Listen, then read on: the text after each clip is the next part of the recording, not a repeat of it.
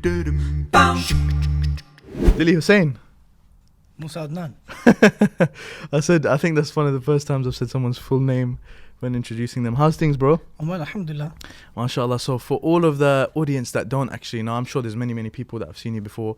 Sky News, Russia Today, CNN, you know, rinsing some people out there, getting into some intellectual battles. Has to be done, bruv. MashaAllah. People, I'm sure you've seen Dilly Hussain before on your TV screens or even online. He is a journalist. He is someone that's been in the Muslim industry, in the Muslim scene for a very long time, MashaAllah now. And he has also been on the mainstream scene, which is not common amongst Muslim individuals who are involved in media, that they actually get chances to go on mainstream media and, you know, involved with others, you know, mainstream media, Sky News, all of those sort of channels. We're going to be talking about all of that, how it is to get involved, some of the questions, like how much you get paid, stuff like that. I think some people would be very curious to find out. And yeah, your background. So I want to start off, if someone was to look at you now and they see you fraternizing with such, you know, channels and stuff like that, to use a better word, they would think, okay, this guy seems, mashallah, very well spoken. Mashallah, you know, I'm not saying that just to, you know, toot your horn, but very well spoken, eloquent, putting Muslims across in a good light. That's something I can say about you from doing some research on yourself. Your background though, so what were you doing 10 years ago? Were you doing this 10 years ago or 15 years ago? How did you transition into this? Forget that question actually. What were you doing 15 years ago? First and foremost, let me say how impressed I am with the way your vocabulary has diversified. Really? Yeah. I like it. It has a tint of intelligence. Not that you weren't intelligent before. Okay. But I'm just saying it suits you. You know, one thing that I try and do is... the turtleneck and all that. It's a sophistication. I'm being a little bit honest with you, yeah? You know, when I get a guest, I try and, you know, mold to them. Really? Yeah. So Ali's really raggo, speaks to the young people. So I was like, you know what? Let's go with Ali. When I got Muhammad Hijab, I don't know if you saw that. Yeah, I debated him, I challenged him, and I actually beat him in the debate. Yeah. Did you beat him in arm wrestle? I mean, that's why he didn't share it on his own platforms, because he thought, man, if I share this, it's embarrassing. So, I mean, that's my theory. That's one of my theories. Well, I'm not that much younger than you guys. Well, maybe you, but I'm the same age as Ali and Hijab, yeah? Okay, yeah, that's good. MashaAllah. But what was I doing 15 years ago? 15 years ago. 15 years ago, I was 16. Oh, God. Really? MashaAllah. That's really good. You seem much older. Permanently expelled from school. Wow. Permanently expelled, and then I went to another school. Was just messing about as a youngster, getting involved in gangs and that. Okay. And then fixed myself up. I always valued education. I think one thing my dad instilled within me was the value of education. Yeah. So even though I got up to no good in my formative years growing up, I always valued education. I never skived a lesson. I always handed my essays in time.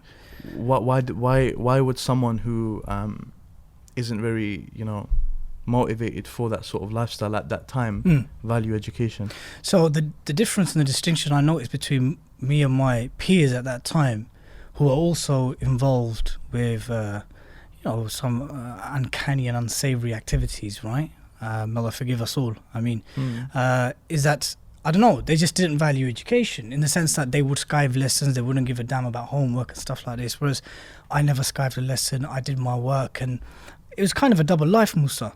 And that's the truth. In fact, I posted about this in 5 Pillars back in February, about a double life that I once lived. The life of someone who wanted to do well academically and please my father and my family, but also a double life where I wanted a fast track to success. Yeah. Where I had the wrong role models. Yeah, when you watch Scarface at the age of 11, bruv. Yeah. You know what I mean? It's mad. It does motivate. Yeah, it motivates me for the wrong reasons. First you get the money, then you get the power, then you get the, you know what I mean? So that's essentially what it was. What do you get next? I can't say it. Okay. But people can use their imagination, or maybe not. But the point is, at the age of 16, permanently expelled, started a new school, done my GCSEs, done my A-levels, off to uni. Allahu Akbar. Okay, and that was literally while so you were actually living a double life, because we were speaking about some of the things you were involved in before, you know, before we started filming the podcast, and I frankly don't think that anyone would have that expectation of you, looking at who you are. And I'm not saying that in a condescending way or in a negative way, but I feel like if someone was to look at you, it's just the way people perceive people, honestly. Like if someone was to look at me right now, they wouldn't expect that I was doing some of the things I was doing 5 years ago, even with a father like the father that I have. What were you doing 5 years ago? let's not talk about it. Okay, you that's know? But, you know, there's something, everyone has a past, everyone has Yeah, things that they were involved in, and everyone has a journey.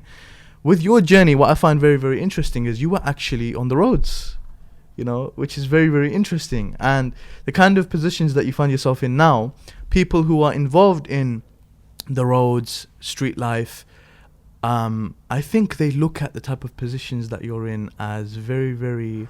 mainstream and in their ivory towers. Yeah, and like you're just like Well, look, middle class. No, and, no, you that's, know, well, first and foremost, let me make it abundantly clear. I'm absolutely working class, do you understand? And the brothers from Bedford and Luton who know me, they know that this isn't about, I'm not about that life, do you understand? yeah. Now, in terms of how people outside of my locality have created a perception about me, that's because once you're on the mainstream media and you're on these kind of mainstream platforms, you're representing Islam and Muslims. Most definitely. So I can't be going there with Stone Island and snapbacks and you know what I mean? Yeah, exactly. And Laboutins and smashing out interviews. It makes no sense. I'm so happy you mentioned that because that's one of the things I want to talk about later. But Yeah. anyway. So appearance is a big thing. Yeah. The way you talk is a big thing. But even, bro, it's happened so many times. Even when I've been on interviews, I've mispronounced words. Mhm. Sometimes my road lingo has come out. But I've always tried to contain it and articulate myself in a manner which represents Islam and Muslims well. But with regards to my journey, this whole kind of double life as someone who wanted to be successful academically, but at the same time always had this pull towards a jahil lifestyle, that was pretty much present even to my formative years of journalism, right? Until, of course, I looked into the deen, I questioned myself seriously, like, brother, what are you playing at? Mhm. How are you living this double life? On the one hand, you want to do very well in a career, in an industry which is very competitive and is very dog eat dog. But on the other hand, you're still with brothers who are on road. You're still with brothers who are getting up to all kinds of no good on a serious level. Yeah. Then I just thought to myself, you know what? I even had some close calls with the authorities, and I just woke up and thought, you know what? Enough's enough. If you're going to do journalism seriously, do it seriously. Yeah, I think it's also about seeing potential in yourself. Of course. I genuinely think that, like, with me, I made a conscious choice. My dad's always been pushing me to go to university, and not for the typical reasons. My dad would always say to me, even when I started giving dawah, he would always say to me, "Don't be superficial. Have some sort of content. Be substantial in your scene. Bring some sort of value." Right now, I don't know if you're bringing that. So go uni, go study. These things are gonna make you speak better. They're gonna make you read better. They're gonna teach you how to learn, basically. And I never really listened to my dad. I'll be very, very honest with you. Do the viewers and listeners know who your dad is? I think so. Yeah. Who is your dad? I'm sure Adnan Rashid. Hafidhahullah. He's a don, bruv. Yeah. We grew up watching your dad debating Christians and that. You know what I mean? So I was a fanboy of your dad, not you, Yeah. but Yeah, a yeah. fanboy of your dad. But I don't blame you for that. That's fine. But it's like you can blame yourself for that. yeah, definitely I do. But it's like with my dad, and then one day, just like you said, I think everyone comes to a realization where they think, what am I doing? And that realization actually involved in me leaving the brothers that I was closely associated with, who I'm still very, very good friends with. People like whoever, maybe I shouldn't mention names. But I was very, very close with those brothers. But I thought, you know what? If I stick with these brothers the way I am, then I don't feel like I'm going to progress in 5 years. I feel like I'll be doing good work, but not the best work. I don't feel like I'll be the best of myself. So I need to be a bit of a maverick right now. So I left. I said, okay. I walked into uni. I had the interview, and alhamdulillah, I got in. And that was a eureka moment for me, where I felt like, okay, now I actually have this opportunity. I can't flop this. How was that going? How was it going through that for you? Was it challenging, or was it liberating? Like, what sort of experience was it for you? Like, where you had that moment where you said, enough's enough, I need to focus. For a moment, I thought this podcast was nearly about your life. Yeah. You did, but it's good. It's important to impose yourself on people. No, it's fine. But don't impose yourself on me, literally, Yanni. But in terms for me, it was liberating. It was liberating now, but I think what happened with me was, throughout university, 18, 19, 20, 21, the war on terror happened. Okay. Yeah? 9/11 happened. Yeah. Afghanistan was invaded. Iraq was invaded. Okay. And these things had shaped my psyche and the psyche of many Muslims, Yeah. right?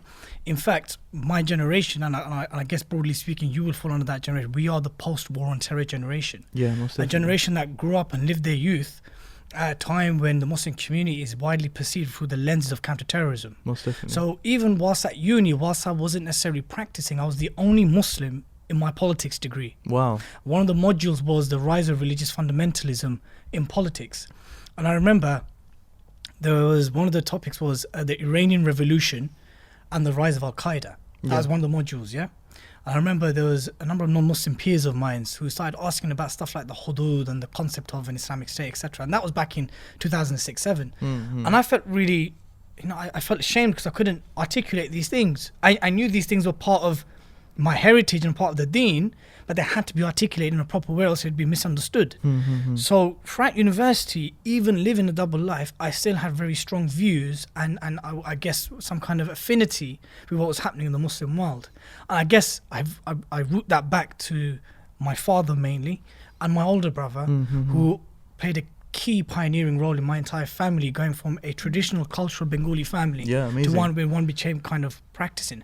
But in terms of the awakening, the epiphany, that happened as a result of a very close call with the authorities, right? Which, from the blessings of Allah, I got away with it, right?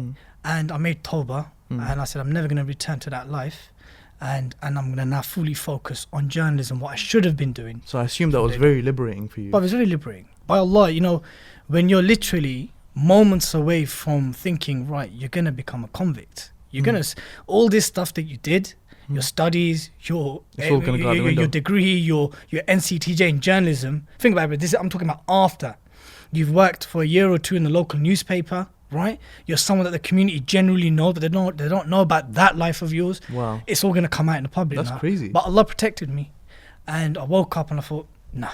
Even hearing about it, Dilly, one of the thoughts that goes through my head is, and I hope you don't mind me saying this, but it seems like a very, very bad decision as well to even be involved in that life when everything is going well for you.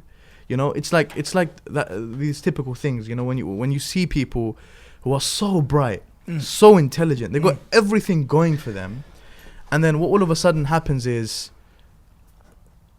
they start getting muddled up in nonsense of social circles and the wrong role models. Nonsensical stuff, and it's like it doesn't even make sense. Even now, when you're telling me that I had my NCTJ and I had my politics degree and I was doing this and I was working in the local newspaper, it doesn't make sense. Why would you be doing that? Because when I was 12 years old, I watched a movie called Carlito's Way.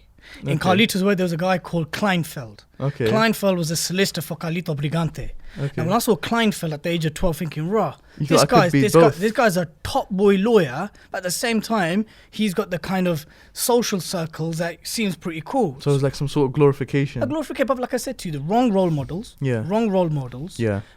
Perhaps questionable social circles, most of whom, by the way, alhamdulillah, have now changed. A lot of the brothers, But at the same time, it was just a confusion of my identity, my priorities, as well as the role Islam played in my life. So fasting in Ramadan, the 27th night, praying Jum'ah, if anyone says anything about Islam, you'll somehow come out and say something in defense with very little substance. So it just made me think that this is not the well-rounded, grounded that the person that you should be. It makes no sense. And you're right. It was a life where I used to question myself, thinking, bruv, what are you playing at? Makes no sense. I feel like that sort of stuff really holds you back. I think everyone can relate to what you're saying, because not everyone has necessarily gone through it with the field that you're in and the background that you have. But even myself, I've had things and situations in the past that have really held me back, or even people that have really held me back. And sometimes you need to throw all of that baggage off. You need to have a realization that all of this stuff that is going on around me, all of this baggage that I'm putting on myself, because essentially you're putting it on yourself. Of course. I need to throw this off and I need to reach my true potential. And Allahumma barik, mashallah, tabarakallah, we can see that you're doing that. And if even you say, because sometimes people say, no, I don't feel like I'm doing that, you're definitely on the path to doing it at least. I hope so. At least, inshallah. Furthermore, there's another thing I wanted to discuss. You have actually worked alongside this organization, iERA, previously known as the Islamic Education Research Academy, an organization that's been giving dawah worldwide. How has your work been working alongside iERA? How has your experience been, doing some projects alongside them? How have you found that experience? I mean, I first came in contact with iERA in their very formative early years, mainly via Hamza's Ortsis. And then I've been following the work of iERA, mashallah, doing fantastic stuff. Mainly it was the debates. Because the debates was what attracted me, appealed to the kind of personality that I was. Mm. But I think it was in 2015 to 2017 I did work alongside iERA on a project that was called Don't Hate Debate, Yeah. which unfortunately iERA doesn't do anymore. I don't know why. I asked Hamza in it, bruv. What, you know what? I want to pause on that. What do you think of our CEO, Hamza? Because I know you have a very personal relationship with him. Which part of our relationship do you know about? I think the part that everyone would find interesting. What do you really think of him? I think with me and Hamza, I don't think he would mind you saying anything, you know. well, look, first and foremost, he's like an older brother to me. Okay. And for those of you who are from the kind of Indian subcontinental background, you know that when there's an age gap for more than 5 years, you never get physical with an older brother. There's always that level of respect. Okay. With Hamza being a Greek, Interesting. those boundaries didn't really exist, so we used to batter each other. Wow. Never on the face, of course. Really? Yeah. Are you sure? Yeah. But he was like an older brother to me, as well as someone whose advice and counsel I take very seriously in the work that I do. Most definitely. But I'm an admirer of his work, and I'll accept it from him. I think he's one of the most articulate Muslims that we have in this world, period. Is there anything negative you could say about him? He just needs to keep himself in check. You know, all this love, mercy, and compassion. It's not all love, mercy, and compassion. Sometimes harshness and reality.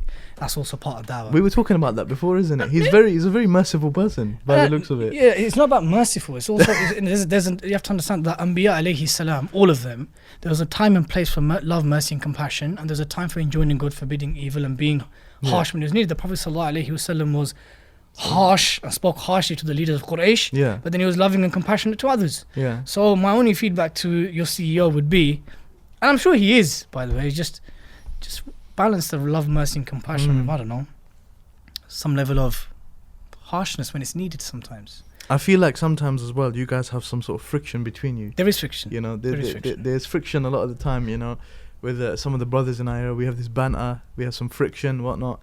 How have you found your events that have friction in them with him? I think that every time me and Hamza have had heated arguments or discussions or exchanges, it's actually brought the best in both of us out. And the reason why that is, I've found that he's sometimes a balance to my judgment, and I'd like to think I'm at least a balance to his judgment. Everything all right there, lads? Yeah. So yeah, I mean, I think we balance. So after that episode, let's speak about journalism. Yeah. Properly. I think you got a little bit warmed up for it. Yeah. How is journalism as a field to be in comparison to other things, and how was your journey getting into it? I'll be honest with you, Musa. You know, I got into journalism after graduating in politics and not knowing what to do in my life. Okay. You know, whenever someone asks me, brother, how did you get into journalism? And they kind of expect this kind of very structured journey. Yeah. It wasn't. After I graduated in 2009, I was kind of scratching my head thinking, okay, where now? A lot of people go through this in uni. Of course, and not many will admit it, and that's the truth. Unless you're in like pharmacy, medicine, optometry, dentistry, law, where the kind of pathway is already structured for you.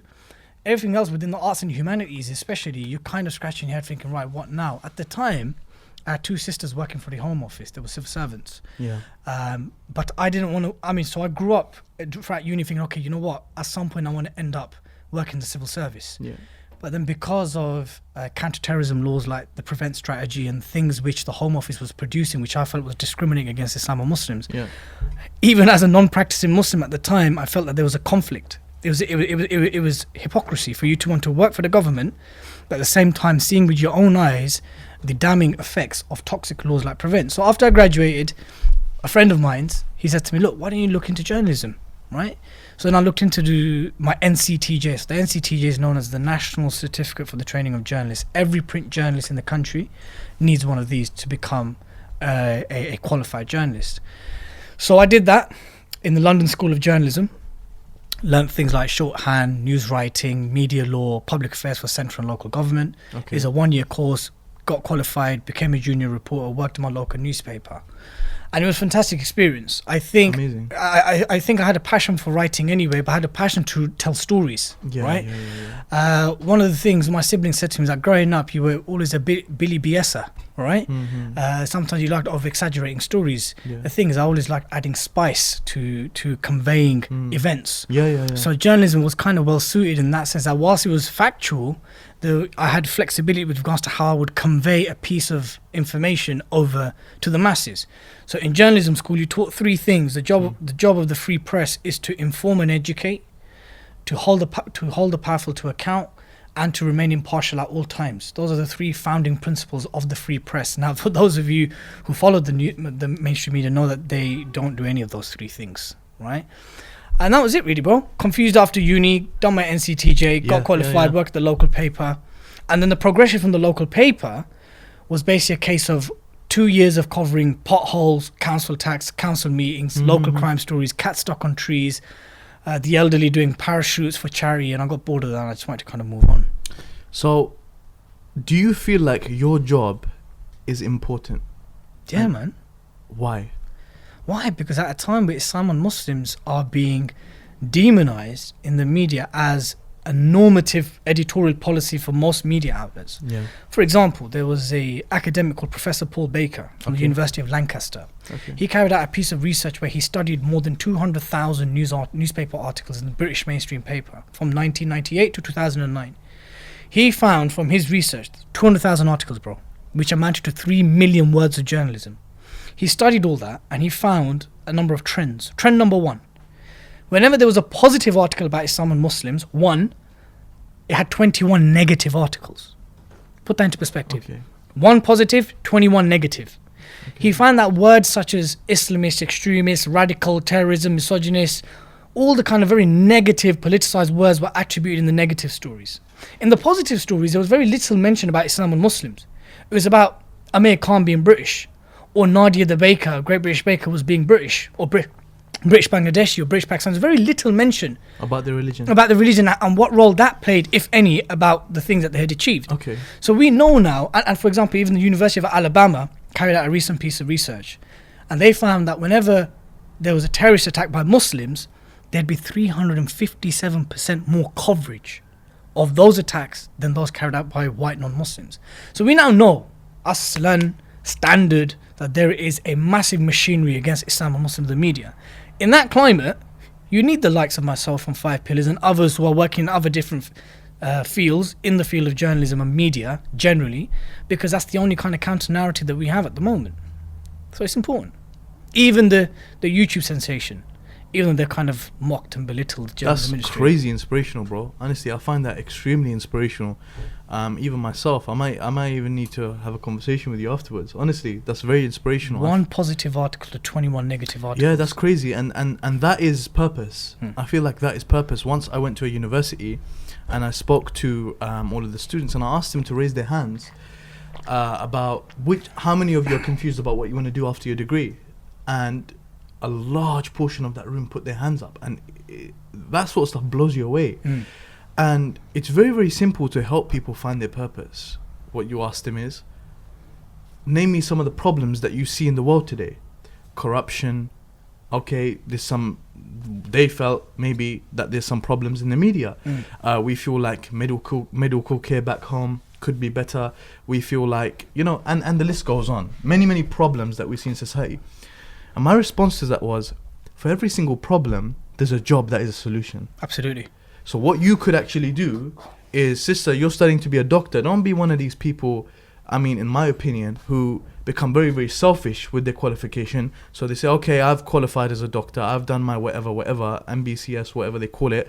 And now I'm going to go and not share that into knowledge. A hospital, and I'm just going to work, and I'm going to stack up my bank account, and I'm going to go on holidays, and that's it.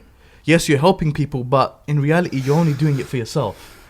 And when it comes down to it, what you could be doing is joining a charity, going every single year, going and doing some heart operations. There's some charities that we know of that do heart operations that change people's lives.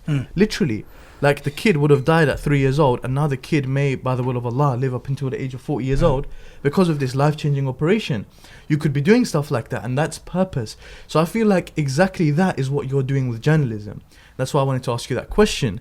So clearly, I'm sure if I was to ask you this question, your answer would be yes. Do you feel like there's an agenda against Islam and Muslims? Without a shadow of a doubt. It's been the admission of editors themselves. Do you feel like that agenda is an intentional thing, or do you feel like that agenda is a result of stereotypes, as a result of certain things Muslims may have done, terrorist attacks, etc., etc., etc.? Do you feel like there's malicious intent with that, or it's just people that are ignorant. No, I think there's definitely the bigger portion of the way Muslims and Islam is conveyed in the mainstream media. It's malicious and it's ideologically driven.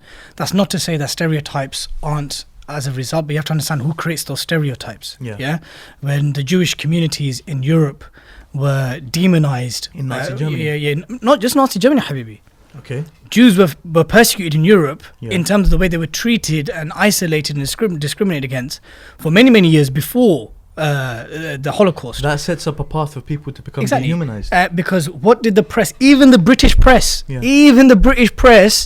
they used to report on the Jews negative because the way they dressed, the way they looked, what they spoke, how the women dressed, what they ate. Does that sound similar to? Does that sound like similar to something? Yeah, sounds like us, doesn't it? Yeah. So the thing is, the stereotypes, the media doesn't cover stereotypes; they create the stereotypes, right? Okay, so let me ask you a question on what you just said. Everything you've just said, to put into people's perspectives and put into their minds properly. If people like you are not doing your job within the next 5 to 10 years, what are some of the things that you would see happening within the UK and Europe? I think you will find, at least in the UK context, you'll find a number of Muslims who do seek careers in the mainstream media will compromise heavily on their Islamic values and identity when reporting on media. Any more extreme things happening? Yeah, you'll find that whenever grassroots stories like, let's say, the LGBT row that's happening in Birmingham schools, the murder of Abdi Shukri, may Allah have mercy on her soul, recently buried, and these kind of stories won't get reported. Do you understand? They'll get reported from a very status quo way, in whereby justice and accountability is not being carried out. Now, I know there's loads of critics of 5 Pillars, bro. I know they are. Sometimes they don't like the styles in which we do what we need to do, but sometimes it's just styles, right? At the end of the day, we have never promised the ummah or our readership that, by the way, you're going to agree with every single thing that we do. All we're saying is that there's no one else really doing what we're doing. Do you understand? In a professional way. We're regulated by Impress, an independent regulator. Myself and my business partner and co-founder, Roshan Saleh, are qualified journalists. We're independent. We have no allegiances to any state or any group. So therefore, there's nothing like us. You may not like the way we report, but the point is there's no one else really doing it. So if you have no 5 Pillars or an outlet like 5 Pillars, and I pray to Allah that in the years to come, we have many more outlets like 5 Pillars who are doing it. We don't want to be just ourselves doing it. We want more and more. But in the absence of an independent grassroots Muslim media outlet, you'll find that the Muslim community will not have its stories, its grievances told the way it should be. And what are the results of that? The results of that is that it's a sense of empowerment for the community. No, I mean a result of a lack of that. A loss of identity. Loss of identity. You will have a community growing up always being succumbed to and being perceived from the lenses of the mainstream media. You have no outlet. You have no platform. At the end of the day, look, if there's no outlets like 5 Pillars, right, and there's others that do similar work, but we do humbly feel that we are different. If there's no outlets like that, bro, where do the ulama and the groups and all the different groups, and where do our madrasas and go when they're attacked? What happens when the Telegraph attacks, let's just say, for example, the Telegraph attacks Musa Adnan. Musa Adnan, besides his YouTube channel, what other media outlet do you have to convey your thoughts? That's credible. Yeah, exactly. So you'd come to me, right, Didi, I've got a statement that I want out there. It's fine, you can make your video, but you need a statement that's on record, right? So people will come to us and we will, inshallah, defend those communities and those figures and those institutions that we feel have been wronged and maligned by the mainstream press. If we don't have outlets like that, then there's no avenue, no platform for the Muslims to kind of get their point across. Do you understand? So without outlets like this, there's gonna be a loss of identity and there's no protection, bro. I would go a step further. Without outlets like yours and Dawah figures and people who are out there actually trying to clarify these misconceptions and these things that are being misconstrued, I believe that with the current climate, it's very, very possible that attacks against Muslims would happen. 100%. I believe that it's very, very possible that Muslims would continue to get demonized to the extent that they become completely dehumanized. And that's already happening to an extent. So dehumanization has been something that's been happening for the last 19 years, and it's happened with the Irish before, it's happened with the black community before, it's happened with the Jews before, but with Muslims it's very specific, and I'll tell you what that is. It's because it's not an isolated matter. The dehumanization of Muslims is happening here in the West and it's happening in the Muslim majority world. However, it's like a global thing. It's a global thing. And look, we're not throwing conspiracy theories out there. Look, when Blair and Bush said you're either with us or with them, they've made it very clear, right? You're either the kind of Muslim that we're willing to accept, or you're with Al-Qaeda. When you create that kind of binary worldview, you're basically telling Muslims you are either forced to become the kind of Muslim we want you to become, which is really a watered down progressive liberal who holds very little normative values, or you become those nutters who go out and engage in criminal acts. When that was presented to the world after the invasion of Afghanistan, it put Muslims in a very difficult position. But I want to give a prophetic example, Musa. Please. When you look at the lives of all the prophets, Yes. they all came down to their people. They faced immense difficulties and challenges, especially from the echelons of power. Nearly Yes. always. Yeah. In the case of Musa alayhi salam, when he, like as Hamza mentioned, when he came, was that Allah first told him to speak with compassion and softly. But then he was addressing the biggest tyrant in history, in mankind. And the magicians that were brought to the courts of Fir'aun were there to create false propaganda against him via magic. Magic, Yeah? and illusion. In the same way that Prophet ﷺ, that the poets were mobilized by Quraysh to defame him, to call him a madman, to call him a kahin, to call him a sorcerer and so forth. So the way I see the work of journalism today is not only dealing with the misconceptions and the dehumanization, it's actually holding those who do the dehumanization To account. to account. Yeah, yeah. Because I've met a lot of Muslim organizations that say, we need to humanize Islam, we need to address misconception. That's fine, that's your remit. But we're about asking questions about those who are doing the dehumanization. Those who from our own community are complicit in that. Do you understand? So it's not always about dealing with misconceptions. Yes, that's part of the Dawah and activism in the UK and the West, but it's also asking the bigger questions. What's the money trail? What's the Islamophobia industry about? What are the laws that are coming in place that are targeting our people and trying to censor us? So I think it's multifaceted. We have groups and organizations that are doing the Dawah, that are doing the kind of dealing with misconceptions and clarifying. We've got others who are holding power to account, and we all need to work together as a machine. So if I can ask, Bro. how can someone, I mean, first of all, do you need more people doing what you're doing? We need more people, but it's more to do with, can we afford to take them on? Okay. So what you'll find very inspiring from the Jewish community, and you'll hear all the time, the Muslim community needs to be more like the Jewish community. Have you ever heard that? Yeah, yeah. It's a common thing. It's a common thing, yeah. Now, I don't entirely agree with that statement. The reason why I don't entirely agree with that statement is because the socio-political and historical journey of the Jewish community post-World War II is distinctly different to that of the Muslim community. Yeah, it's very progressive. Yeah, very different. Yeah. However, there's one or two things we can take from the Jewish community, and that's how they coordinate, in a coordinated manner, they fund their media institutions. Let me give you an example. The mainstream media will never, ever cover a story about the Jewish community until the Jewish Chronicle or the Jewish News have covered it. We want to get to that stage. Yeah. We want to get to a stage where 5 Pillars is the bridge between the community and the mainstream press. Let me give you a micro example. The death of Abdi Shukri, yeah? The mainstream media all covered it as an accidental death. Until 5 Pillars went up to Bury, and with the help of other activists in contact with the family, we found out that, you know what? It wasn't a death that happened because she was cooling off in water. There may have been a case of bullying, right? Yeah. We covered that story.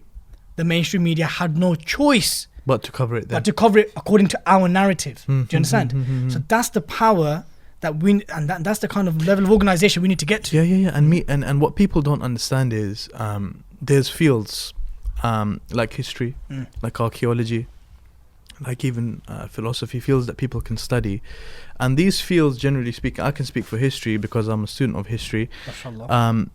These fields make a big difference in their study and when you speak about them and when you actually make points from history. Because in my first year in uni, one of the things that I wanted to study, against the advice of my dad as well, but I convinced him basically, and it was archaeology. And he was saying like archaeology is different and stuff like that, but I went into it just to find out, and I realized that archaeology is a study of history, is finding history, but the historians actually do the commentating on that. They're the ones who make the agenda, and they're the ones who make the stories basically. So archaeologists do the findings and the historians do the narrative. We comment on it. Okay. And I realized I want to be the one commenting on it because that makes the difference. In the same way, in journalism, one of the things that I've got from speaking to you is that your commentaries on these things make a huge difference. Yeah, punditry is important. It makes a huge difference because the example you just gave now, That media, bro, has come as a result of study of journalism, etc. All of the things that you done, the study of history, it put your mind in a specific place. You then wrote that article, of course, on the sister Abdi Shukri. And what ended up happening is, as a result of your article, thousands, maybe millions of people were affected because it went to mainstream media. And that makes a huge difference, bro. Yeah, and we want to get to that stage. That makes a huge difference. Absolutely. We want every story like that to be the case. So, for example, whenever something happens in the community, we need them to come to 5 Pillars first. Whether you like us or hate us, you don't agree with it, we need you to come to us first so we can set the narrative, and the mainstream have no choice but to basically follow the narrative that we set. But I think that we've still got a long way to go. You said, do we need more people? Yes, we need money for that. Okay, so how can people get into the positions to support you and to even be like you? How can people do that? What's the process? Look, not everyone has to be like me or follow the journey that I have followed. Everyone will have their respective journeys, and especially in the field of journalism, right? People will go into broadcast journalism, people will go into print journalism, people will try seek careers in the mainstream, others will seek careers in the alternative media. All I'm saying to aspiring journalists out there, Muslims, is that it's a greasy pole out there. And like most industries, the higher you go, the more you're expected to compromise on your Islamic identity, values and principles, right? If you can remain firm and seek careers in these respective industries, right? And this transcends industries, by the way. It's not just exclusive to journalism, but with journalism, you find it more so because it's so politically driven. If you feel that you can hold on to your values, your identity and your principles and do that, then by all means go. But I assure you, those of you who will be seeking careers in the mainstream, you will hit a glass ceiling.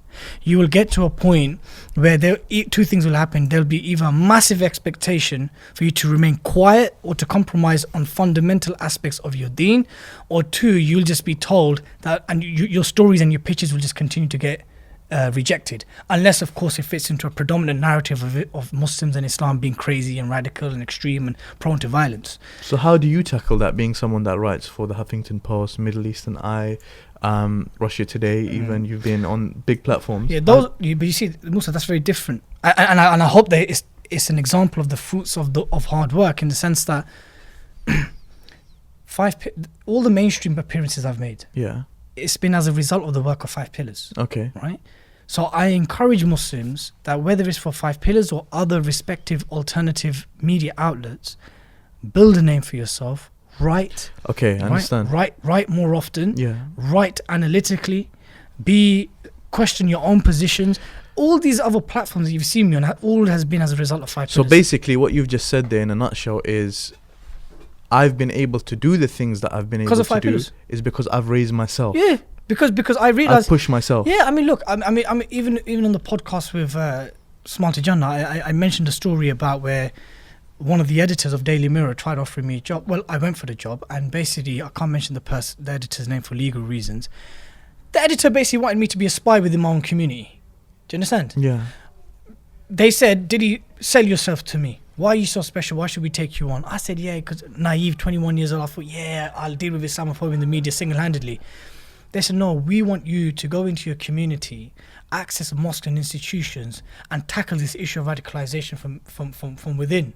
So basically I said to her, so you've already made a preconceived assumption that there is a problem of radicalization and terrorism and violence within my community. So you want me to become a spy. You want me to go to Adnan Rashid's lecture, a 2-hour lecture, and take a 30-second soundbite and then get a front page splash on that. That's essentially what they wanted. At that point, I realized the mainstream media weren't for me.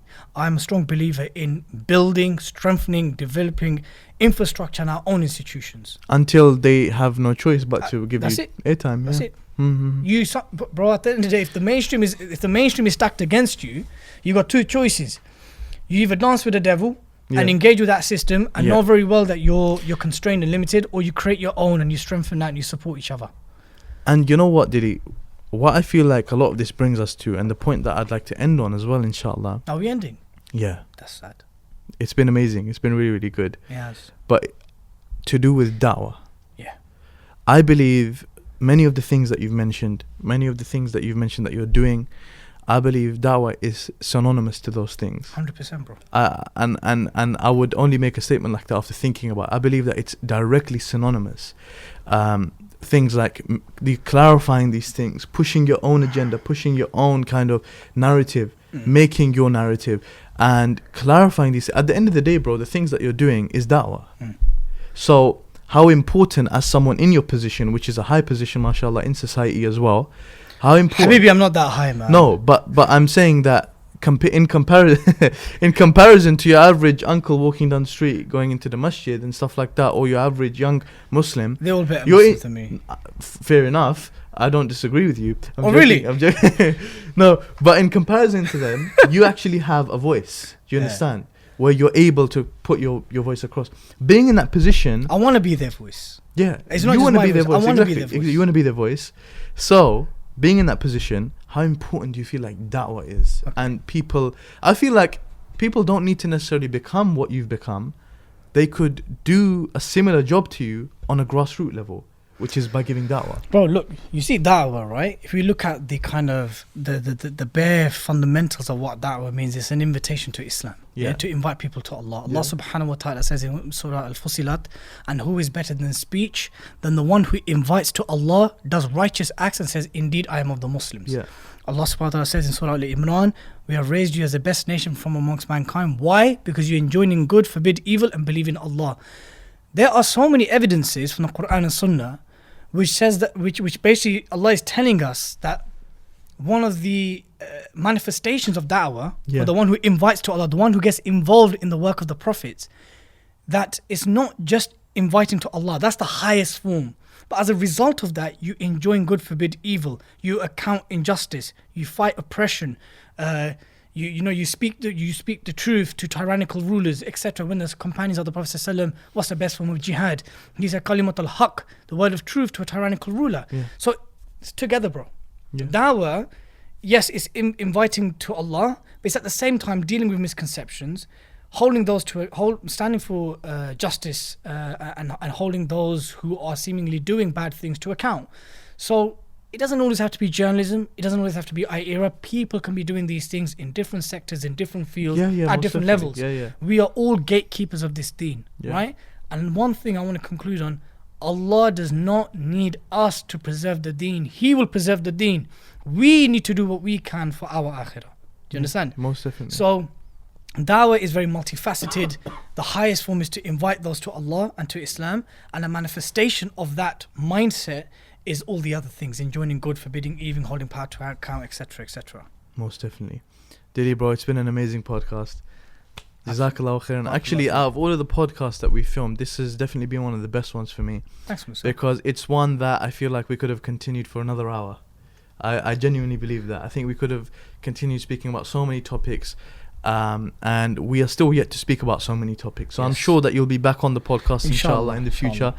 But bro, Jazakallahu khairan for coming, man. Barakallahu for having me, man. No problem at all. And brothers and sisters, on that note, this has been ReRooted with Dilly Hussain. If you haven't heard of it already, we are on the major podcast platforms out there: Apple Podcasts, Google Podcasts, Spotify, and SoundCloud. Make sure that you have downloaded our podcast on any of those platforms, inshallah, and listen to it as well when you're traveling or wherever you are, in the car, on the way back home from a long journey, wherever you are, inshallah. You can leave some comments down in the comment section down below of suggestions of future guests you'd like us to have on. And up until the next podcast, we'll see you very, very soon. Assalamu alaikum wa rahmatullah. That's a wrap.